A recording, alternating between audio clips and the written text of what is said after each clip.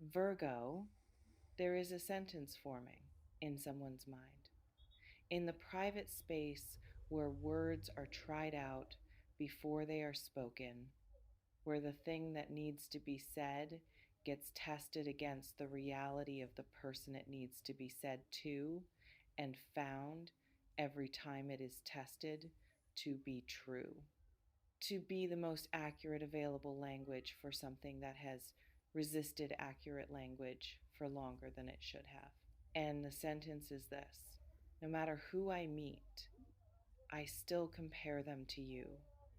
7 words that contain something enormous, that are, in their apparent simplicity, the most honest thing this person has said about themselves in a long time, that costs something to form, that will cost something to send, that have been sitting in the drafts of their intention, not quite ready to be released, not quite ready to be made real in the world by being received by the person they are addressed to. They are almost ready. This reading is about what happens when almost becomes now. I want to begin here in the specific and very human experience of being the benchmark, because that is what you are to this person. Not a memory they are holding on to out of sentimentality, not an idealized version of a past connection that nostalgia has made larger than it was, an actual benchmark, a real and specific standard that their experience of you installed in them and that has been operating quietly and without their full permission in every encounter since. And benchmarks do not work the way people want them to. You cannot decide to stop using one, cannot tell the part of yourself that is doing the comparing to simply stop comparing, cannot arrive in a new encounter with a new person and instruct your own perception to receive that person on their own terms without the implicit reference to the terms you encountered when you encountered you. The benchmark simply operates every time, whether invited or not. And for this person, every time it operates, it produces the same result. The new person is not you. And that result, arriving reliably, becomes impossible to ignore. The first image comes through, and it is the most specific image in this reading. I see a measuring instrument, old, well used, not sophisticated, the simple kind that has one job, which is to show the distance between what is being measured and the fixed point it is being measured against. And this instrument is being used constantly, sometimes consciously, and mostly not, um, in the automatic way that we use internalized standards without noticing that we are using them. The way a person who has tasted something extraordinary registers the ordinariness of everything that comes after without actively comparing, the registration happens involuntarily. And every reading the instrument produces, every measurement of every new person against the fixed point that is you, comes back with the same information. The distance is significant, not because the new people are not good, not because they lack qualities worth valuing, but because what they lack is specifically, particularly, irreplaceably you. And you, it turns out, is not a category that admits substitutes. This person is learning that, has been learning that with each new encounter that seemed promising until the measuring happened. I want to speak about what the comparing actually feels like from the inside, because it is not comfortable, not the pleasant, nostalgic warmth of someone who looks back fondly on a good thing. It is the specific discomfort of someone who keeps discovering against their preference that the thing they thought they had moved past is not behind them. It is beside them in every new room, in every new conversation with someone new who is interesting in the ways that people are interesting when they are at their best. And in those rooms and those conversations, a moment always comes. A moment where the new person says or does something, or fails to say or do something, and the comparison happens, not chosen, not welcomed, just there. And the result lands, not triumphantly, not with any satisfaction in the outcome, with the quiet, slightly exhausted recognition of someone who was hoping this time that the result would be different, that this person, this encounter, this specific configuration of someone new would be enough to move the benchmark, to replace you with something that actually fits the space you occupy in them. It has not happened. Not once. I want to name what they have tried because they have tried. This is not someone who has been passively allowing the comparison to run without making any effort to address it. They have been active, intentional, in the specific way of someone who understands that continuing to measure everyone against a person who is not in their daily life is not a sustainable or particularly healthy way to move through the world. They have tried to be interested in people who deserved interest, who were available and kind and offering things worth receiving. They have brought their full attention to those encounters, have given them genuine chances rather than the superficial attempts of someone who has already decided they will fail. And the attempts have been sincere, and the encounters have not been nothing.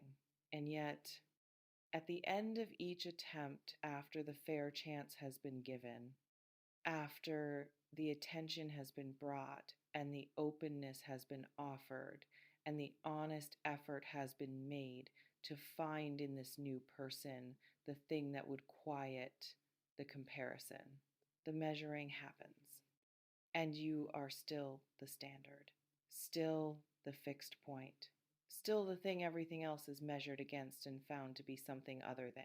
Tell me in the comments whether you have felt the approach of this message, not through any direct communication in the particular quality of energy that exists between people who are connected in the specific way that produces the comparison dynamic. Because the person who has been using you as their benchmark, whose internal measuring instrument keeps returning to you as the fixed point, generates something in the field between you that is perceivable if you have the sensitivity to perceive it. A quality of being thought about specifically, with the particular focus of someone whose mind keeps returning to you not because they have decided to think of you, but because you are the place their mind goes when it is most honest with itself. Have you felt that quality? The sense of being someone's recurring thought, even in the silence? Tell me. I see a second image now, and it is the one that carries the most emotional weight in this reading. I see someone sitting down to write something, and this is different from the unsent letter of an earlier reading in this series, different from the private writing of someone planning a future. This is the specific and slightly terrifying act of someone who has decided that the message needs to leave their private space and enter the shared space between two people, who has decided that carrying this alone is no longer the right thing. Not because carrying it has become impossible. They have been carrying it with varying degrees of grace and varying degrees of success at not letting it show. But because something shifted recently, some encounter or some absence of encounter or some quiet moment of honesty with themselves produced a clarity that the carrying had been obscuring. The clarity is this: they have been measuring everyone against you because you are not replaceable, and continuing to try to replace you rather than acknowledging that simple and slightly inconvenient truth is not honesty, is not even the attempt at moving forward that they have been telling themselves it is. It is the management of a feeling they have not yet given the full dignity of being named. The message is the naming, not the full naming, not everything at once, just the first honest sentence, the one that opens the door that has been closed. That says, without the protective ambiguity of something that can be interpreted as casual, I have been trying to find someone who makes me feel the way you do. It has not worked. Let me describe what this message is actually asking, because it is more than an admission, more than the sharing of a private truth that has been private for too long. It is a question embedded in what sounds like a statement, present in the subtext of every word of the honest sentence they are about to send. Are you still available? Not physically, not logistically. In the full sense of the word available, that means something about where you are in yourself, whether there is still a door, whether the things that might have been between you in another moment are still possible in this one, whether the comparison they have been running, the measuring that keeps returning to you as the standard, is measuring something that could still be reached. They do not know the answer. And the not knowing is why the message takes the form it takes rather than something more direct, rather than the question asked plainly. Because the plain question requires an answer that might be no. And the honest admission, while it implies the question, leaves a small space, a small amount of room for the answer to be whatever it is without the explicit asking having been done. It is, in its own way, courage. The specific courage of someone who is not willing to keep running the comparison in private anymore, but who is also not yet fully ready for the full exposure of a direct question. Halfway out of the door, with their heart completely out, the third image arrives, and it is a sound rather than a sight. I hear a notification, the specific small sound of something arriving in a space that has been quiet, not dramatic, the ordinary sound of ordinary contact, a phone, a screen, the mundane mechanism through which something that has been forming in one person's private interior crosses the distance and arrives in another person's awareness. And in this image, the notification is yours. The message has landed. And in the moment before you open it, in that specific fraction of a second between awareness of arrival and actual reading, something in your body registers, not surprise exactly. The particular quality of recognition that arrives when something you have been in some dimension of your awareness expecting finally appears in the form of something external and real. You will know in that moment who it is from before you open it, not through logic, through the specific and entirely reliable intelligence of a body that has been aware of someone's orientation toward you for longer than you have been consciously acknowledging that awareness. You will know, and the knowing before the reading will already contain the full weight of what the message is going to say. I want to close this reading by saying something about what happens after the message arrives. Not a prediction, not a guaranteed outcome, or a promised trajectory. Something more honest than that. A question.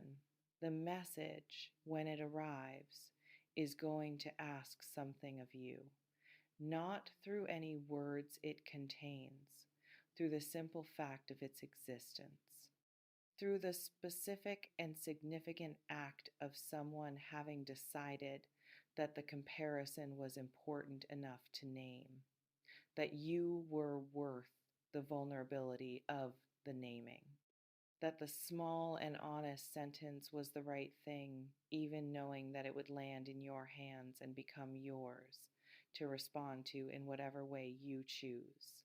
What it asks of you is this: what do you actually want? Not what is convenient, not what fits the current shape of your life most easily, not what avoids the complexity of whatever the gap in time or circumstance or age or anything else has created between this moment and whatever came before. What do you actually want? Because someone is telling you in the specific and slightly breathtaking language of a comparison that has run constantly and produced the same result every time, that what they want is you still after everyone else, after every attempt to find something that would quiet the measuring, still you. What you do with that is entirely yours. But it deserves to be answered from the most honest place available to you, from the place that knows what it knows. Before the management of the response begins, from the first feeling, the one that arrived before you opened the message, the one that recognized who it was from, before you even read the words, that feeling is the answer